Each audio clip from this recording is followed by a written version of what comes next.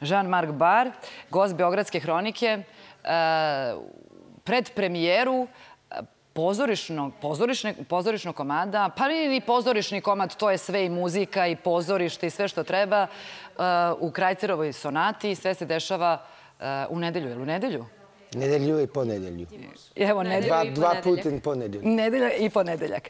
Vidim da odlično da razumete sve o čemu ćemo pričati, što samo potvrđuje da obnavljate srpski kod kuće, kad niste ovde.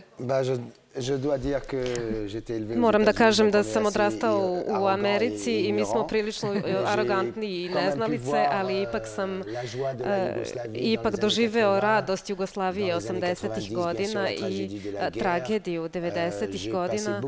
Proveo sam mnogo vremena ovde i razumem 30 do 40% jezika, ali nisam se baš potrudio da ga sasvim naučim. I ovo je sasvim dovoljno. Sad ono što moram da vas negde pitam, posle tog fantastičnog uspeha Velikog plavetnila, jer to vas uvek vezuje, šta da radimo, a i sami ste rekli da je to film koji vam je otvorio vrata, da radite ono što zapravo želite. Tada je to izgledalo kao da ćete postati velika hollywoodska zvezda, kao što ste na neki način u prvim trenucima i bili, a onda ste vi ipak rešili da se bavite filmom na jedan drugačiji način i da to bude autorski film, da to bude film, nezavisan film. Da li ste se pokajali? Nisam. Odrastao sam 70-ih godina, 60-ih u Americi. To je bio vreme Easy Ridera. Kada tadašnji film je bio protiv autoriteta i film je imao politički kontekst, humani kontekst, nije služio samo zabavi. Kada sam doživeo uspeh sa Velikim plavetnilom, to mi je otvorilo razna vrata. Mogao sam da idem u Hollywood, ali to je bilo doba Ronalda Reagana i čitavih problema koji su usledili i Hollywood je postao reality show sa 20 glumaca koji su plaćeni milioni. Tako da vam u stvari bila laka odluka. Donc vous avez... C'était facile de prendre cette décision alors. Alors, redis-le. Non, c'était facile de le prendre, surtout parce que odlučiti to. Bio sam u braku sa Jugoslovenkom koja nije htela da se preseli u Hollywood, ali rođen sam u Nemačkoj. Moj otac je Amerikanac, moja majka je Francuskinja. Pripadam prvoj generaciji koja je mogla da eksploatiše, da iskoristi mogućnost da na evropskom kontinentu govori engleskim jezikom koji svi razumeju, bez klasnih barijera. I Veliko plavetnilo je snimljeno na engleskom jeziku, ali u saradnji sa Larsom von Trierom kasnije. On je danski reditelj koji sarađuje sa Nemcima, Francuzima, Špancima i odjednom nismo više bili vezani za nacionalne filmove, nego pošto smo poticali iz raznih zemalja, mogli smo da definišemo potencijal evropske kulture. I mislim da sam evropejac i da je Amerika produžetak evropskog imperializma. I mislim da sam doneo pravu odluku, jer to mi je dalo mogućnost da sarađujem sa Larsom von Trierom, da snimam sopstvene filmove na engleskom jeziku, Ljubavnici, gde glumi Sergej Trifunović. Dakle, za mene, i to sam shvatio kada sam bio ovde i gledao predstave u jugoslovenskom dramskom i gledao filmove Kusturice, film ne služi samo zabavi, on mora da provocira i da navede na razmišljanje.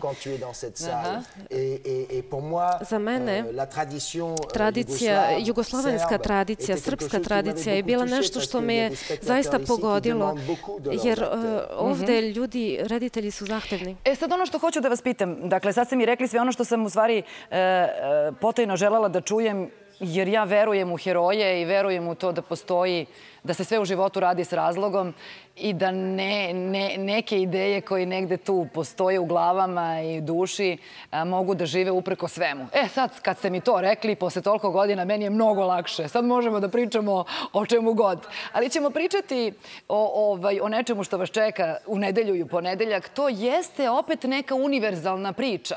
Jer Kreuzera sonata zapravo jeste neka priča koja se bavi u suštini odnosima između muškaraca, žena, brakom kao institucijom, a ne treba zaboraviti da je to u stvari tekst koji je napisao Tolstoj tih godina davnih, kao da se ništa nije mnogo promenilo u razmišljanjima žena i muškaraca i odnosima žena i muškaraca i braku do dana današnjeg. Pa i to je na neki način univerzalna tema. Ali ono što je pikanterija, vi u stvari radite ovu predstavu u jednom fantastičnoj atmosferi.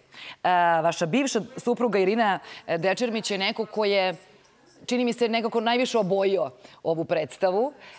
Tu je sadašnji njen suprug i sjajan glumac Goran Šušljak i vi kao glumac i još dvoje, troje divnih ljudi u toj ekipi koji sve radite. Nije to tako obično za ove naše prostore, čini mi se ni za evropske, bez obzira što umemo da budemo licemeri pa da o tome pričamo drugačije, ali sve izgleda tako da su svi vaši životi pojedinačno koji učestvujete u ovoj priči zapravo životi koji nam pokazuju da je sve stvar izbora i da ništa ne mora da bude komplikovano. To je istina. Prvo, za mene je bilo suštinski važno u odnosu sa Irinom kada je otišla, kada se vratila u Srbiju, jeste to što moja ljubav nije mogla da prestane. Znao sam i zašto. I u životu možemo da volimo nekoga i da budemo razdvojeni od njega, ali da ta ljubav bude istog intenziteta. Također, tema u Kreuzerovoj sonati je postojala u Šekspirovo vreme, u Tolstojevo vreme, postoje i danas. S tim što mislim da danas živimo u drugačije vreme. Ljudi postavljaju pitanja o tome da li je ovo muški svet. Jer ovaj svet danas postoje reference i primjeri koji nas navode na to da se zapitamo možda ovo nije svet ljudi. Na primjer, naši veliki američki novinari, među njima ima dosta homoseksualaca. U Kaliforniji je potpuno odobren homoseksualni brak i odjednom svet u kom vlada muškarac se malo menja, odnosi se menjaju i sa Irinom smo želeli da pokažemo da klasični sistem, klasično shvatanje odnosa između muškaraca i žena i da jedina moć koju ima žena je da zavede muškarca i da ga očara do trenutka kada ne može da se kontroliše više jer je njihov odnos deformisan. To više nije ljubav i to se često dešava, naročito u ovom današnjem svetu. Muškarac ubija ženu. Već evo 3-4 nedelje sam ovde. I sve to čujete, naravno. I znam da ste tu. Hvala vam puno što ste bili gost Beogradske hronike. Ja očekujem da ćemo svi doći u nedelju i u ponedeljak kad ćete biti tu. Inače, predstava na engleskom jeziku. Kada je moj gost u pozorištu i kada igra Tolstoja, a na srpskom kada je Šušljak taj koji će igrati, smenjivat ćete se. To će biti jedna sjajna priča, ubeđena sam u to. Mnogo vam hvala što ste došli, puno sreće i dođite nam opet. Merci à vous. Hvala vama.